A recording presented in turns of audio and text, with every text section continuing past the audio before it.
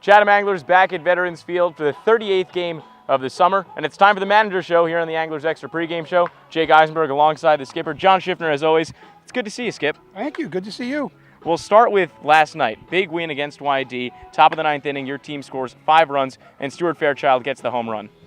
Baseball gods are looking upon us, and they said to Stu, you know what, you deserve a break. And they gave him the pitch that he could hit, and he hammered it.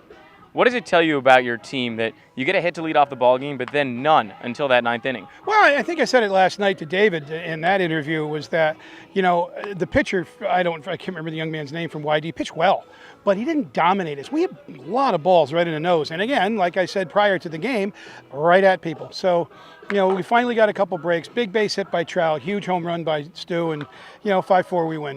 Great, and the bullpen did a phenomenal job. You know, everybody did their job to keep it close, and, you know, that's, you know, you get a win.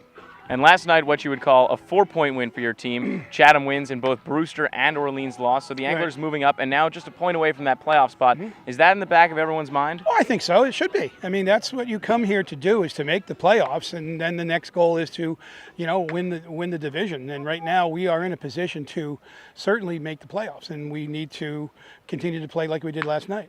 Over the past 24 years or so, I'm sure there have been a few times where it's kind of come down to the last game, and that could happen again this summer. So what's that situation like? Well, it's nerve-wracking, but you have to just go out and say, you know, you play the game as it's one game. It doesn't mean everything. It's just a game. Very difficult to say that, very difficult for the guys to try to process it that way, because even professional athletes get nervous and get anxious over big-time games. The 7th game of the World Series, the 7th game of any series. You know, yeah, guys get nervous, and this is where you learn a lot about yourself in these situations. And I think our guys learned a lot about themselves last night. They don't like to lose. They really don't like to lose, and I think there's a drive to, you know, make the playoffs. I think they truly want to make the playoffs, and, you know, why not? It's I told them I don't dwell on the playoffs. I try to dwell on one game at a time. But I did tell them that it's special. It's a new season. Anything can happen in the playoffs. It seems to be Chatham's a really special place when we have the playoffs here. Crowds are bigger. There's some kind of a din to the crowd, the aura of a playoff. It's a pretty special place. So I tell them that once or twice and say, okay, now we got to focus on Harwich tonight, and we'll focus on, is it YD again tomorrow? Is that correct? I don't even know. Yeah, okay. That's an update tomorrow. Oh, good. Golf or fish. Okay. All right. Maybe, or sleep. But, you know, you focus one at a time. That's the main focus. Is there a team in recent memory that kind of had a comparable season to this summer? Well, last year. I mean, last year we struggled and stumbled and made it into the playoffs, and we scared Orleans, who I thought was the best team in the league, and we took them to 3 games. They're very similar to that team, kind of the same kind of group of kids, mentality-wise, their drive and so forth. I've had several teams like that just, you know, come on late, and, you know, we would love to see if we can make it.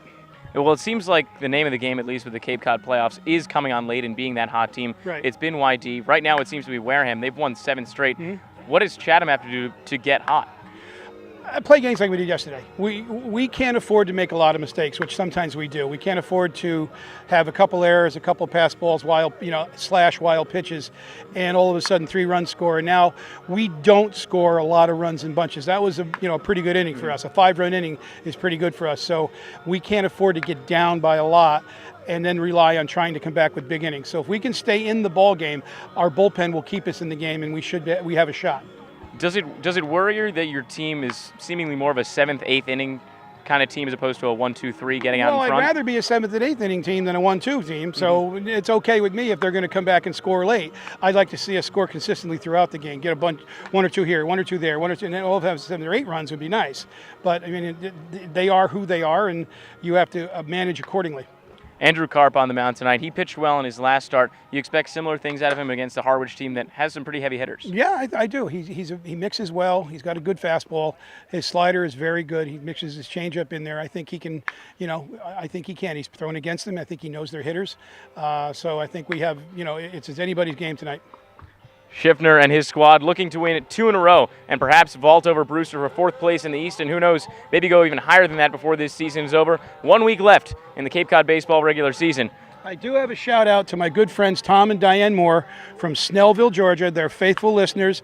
Grew up with them in high school. When I was in high school, Tommy was a teammate in high school. And ironically, we have a young man from Snellville, Georgia in the team. We got, oh, geez, I just forgot. Oh, God, this is terrible. Garrett, yep, Garrett is from Snellville, Georgia. We're trying to figure out if Garrett had Mrs. Moore in class or not.